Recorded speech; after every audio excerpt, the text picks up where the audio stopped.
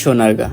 প্রায় 400 বছরের পুরনো এই নগরটি ঢাকার খুব কাছেই নারায়ণগঞ্জ জেলায় অবস্থিত।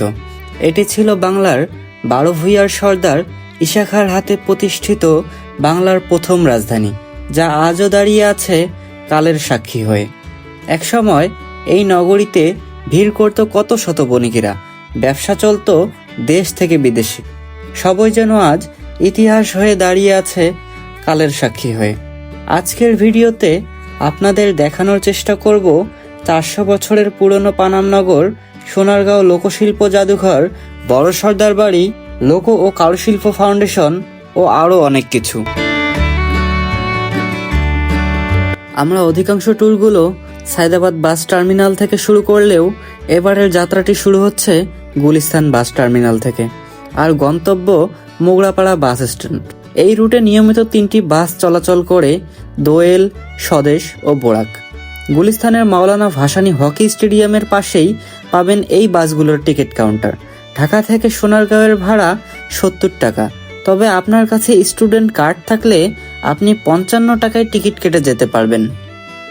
জেনে রাখা ভালো, এই বাসগুলো সকাল 7:30 থেকে রাত 8টা পর্যন্ত প্রতি 15 মিনিট পর পর ছেড়ে যায় নারায়ণগঞ্জের উদ্দেশ্যে। ঢাকা থেকে মোগরাপাড়ার দূরত্ব 25 কিলোমিটার।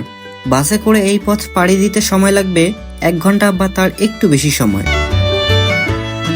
রাস্তার 2 সাইড দেখতে দেখতে আমরা মোগরাপাড়া বাস স্ট্যান্ডে চলে এসেছি। এখান থেকে স্থানীয় অটোয় করে আমরা পানামনগরের উদ্দেশ্যে আগে রওনা দিব। যদি আপনি অটো রিজার্ভ নেন, সেক্ষেত্রে 8 সিটের জন্য 80 টাকা বা 100 টাকা তারা নিয়ে থাকবে। আর যদি আপনি সিঙ্গেল যেতে চান, সেক্ষেত্রে 20 টাকা করে ভাড়া চাবে তারা। অবশেষে আমরা পানামনগরে পৌঁছে গিয়েছি। পানামনগর রবিবার সাপ্তাহিক বন্ধ থাকে এবং সোমবার অর্ধ দিবস খোলা থাকে। সোমবার অর্ধ দিবস বলতে 2:30-এ ওপেন হয় এবং বাকি দিনগুলোতে 11টার সময় ওপেন হয়। পানামনগরের 1 নং গেটের পাশেই একটি হস্তশিল্প পণ্যের বাজার আছে। আপনারা যদি 11টার পূর্বে সেখানে উপস্থিত থাকেন, সেক্ষেত্রে সময় কাটানোর জন্য এই হস্তশিল্প বাজারে যেতে পারেন। ঘড়িতে এখন 11টা বাজে। আমরা একটু ভিতরে ঢুকে টিকিট কাটার চেষ্টা করব।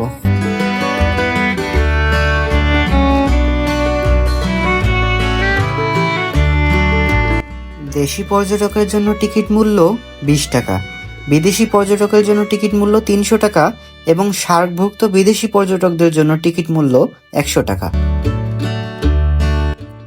20 টাকা দিয়ে টিকিট কেটে পানামনগরের ভিতরে প্রবেশ করতেই আমাদের নজর পড়ল পানামনগরের ইতিহাস লেখা একটি পাথরের ফলকে।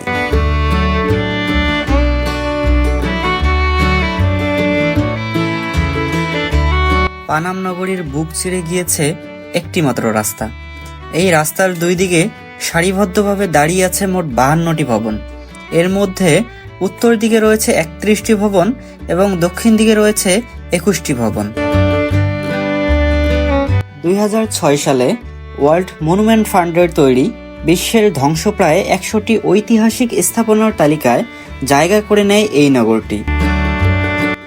পানামনগরী চতুর্দিক থেকে পঙ্খিরাজ খাল দিয়ে ঘেরা।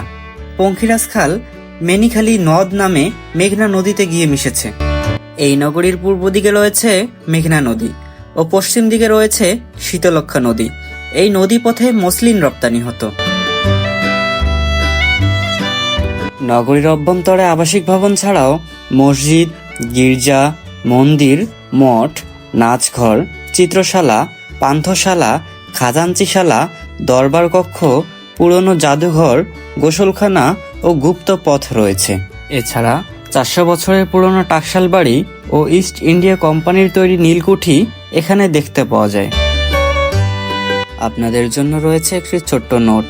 যেহেতু আপনারা ডে ট্যুরের জন্য পানামনগর এবং সোনারগাঁ যাবেন, আর সোনারগাঁয়ের তুলনায় পানামনগর যেহেতু ছোট, সুতরাং পানামনগরে আপনাকে সবার আগে যেতে হবে। প্রথমেই যদি আপনি পানামনগর যেতে পারেন, তাহলে 11টা থেকে 1টা বা 1:30টা পর্যন্ত আপনি পানামনগরে সময় দিতে পারবেন। এরপর লাঞ্চ শেষ করে বিকেলের বিশাল সময়টা আপনি সোনারগাঁয়ে ঘুরতে পারবেন।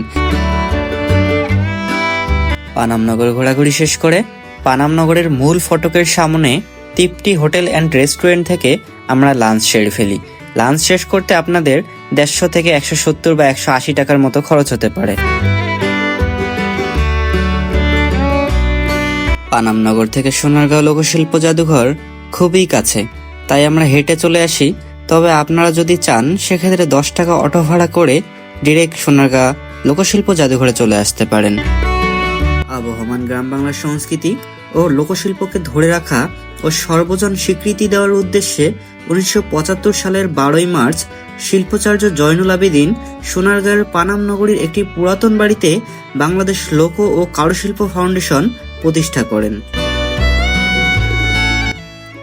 পানাম নগরীর ঠাকুরবাড়ি ভবন ও ইশাখাত তোরণ এই দুই স্থাপনাকে একত্রে নিয়ে প্রায় 16 হেক্টর জায়গা জুড়ে লোক ও কারুশিল্প ফাউন্ডেশন বিস্তৃত। এই ফাউন্ডেশনে আছে গোপীনাথ সাহা সর্দার বাড়ি, জয়নুল আবেদিনের ঐতিহাসিক সংগ্রাম ভাস্কর্য, জয়নুল আবেদিনের ভাস্কর্য, জয়নুল আবেদিন স্মৃতি জাদুঘর, লোকজ মঞ্চ, সেমিনার রুম, কারুশিল্প গ্রাম এবং সবুজে মোড়া সুবিশাল উদ্যান। প্রায় 4500-এর অধিক প্রাচীন নিদর্শন স্থান পেয়েছে জয়নুল আবেদিন স্মৃতি জাদুঘরে। জাদুঘরের বিভিন্ন গ্যালারিতে দেখা মিলবে কাঠে খোদাই করা বিভিন্ন কারুশিল্প, পটচিত্র, মুখোশ, আদিম জীবনভিত্তিক নিদর্শন, লোকজ বাদ্যযন্ত্র, পোড়ামাটির ফলক, লোহা, তামা, কাঁসা ও পিতলের তৈজসপত্র, লোকজ অলংকার সহ বৈচিত্র্যপূর্ণ অনেক প্রাচীন নিদর্শন। প্রতি বছর শীতকালে এখানে মাসব্যাপী লোকশিল্প মেলা হয়ে থাকে। এছাড়া অনেক সময় পহেলা বৈশাখের আগেও এই ধরনের লোকশিল্প মেলা আয়োজন করা হয়। গ্রামীণ আবহে পূর্ণ মেলায় বাংলাদেশের ঐতিহ্যবাহী পোশাক, জামদানির হাট ছাড়াও গজা, মুড়ি, মুরকি ইত্যাদি বিভিন্ন গ্রামীণ অনুষঙ্গ পাওয়া যায় এই মেলায়। ফেসবুক বা গুগলে সোনারগাঁ লিখে সার্চ করলে সর্বপ্রথম যে ছবিটি আমাদের চোখে ভাসে তা হলো বড় সর্দার বাড়ি। প্রাচীন মুসলিম শাসনামলে 1296 থেকে 1608 সাল পর্যন্ত সোনারগাঁ বাংলা প্রদেশের রাজধানী ছিল। এরপর রাজধানী ঢাকায় স্থানান্তর করা হলে সোনারগাঁর প্রাধান্য কমে যায়। 2 ভাগ বিশিষ্ট সর্দার বাড়ির ছোট প্রবেশ মুখের ভাগটিতে একটি দেওয়াল লিখন থেকে জানা যায় যে এই ভবনের পিছনের চারপাশের 3টি ভবন মুঘল আমলের প্রথম দিকে নির্মিত। মধ্যভাগের লাল বর্গাকার ভবনটি বাংলার 12 ভূঁইয়ার সময় নির্মিত হয়েছে এবং সামনের অংশ 1902 সালে নির্মাণ করা হয়।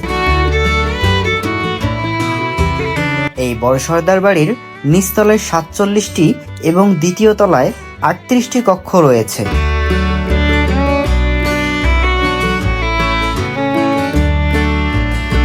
সোনারগাঁও পানামনগর ঘুরে আজকের মতো ভিডিওটি এখানেই শেষ করছি। সোনারগাঁও ও পানামনগর ভ্রমণ সংক্রান্ত যে কোনো মতামত জানাতে পারেন এই ভিডিওর কমেন্ট বক্সে।